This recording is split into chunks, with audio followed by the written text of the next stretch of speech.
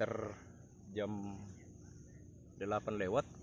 Saya sampai di lokasi jam 9, api sudah membesar dan masih sempat kita selamatkan beberapa barang pemilik rumah, terutama pakaian dan surat-surat. Untuk menghambat menjalarnya api, kita pakai alat seadanya saja. Pukul berapa damkarnya tiba, Mbak? Pukul 9 lewat damkar tiba. Api cepat sekali membesar ya, karena Api cepat sekali membesar dan unit pemadam datang 3 unit untuk memadamkan api. Kasih, Mbak.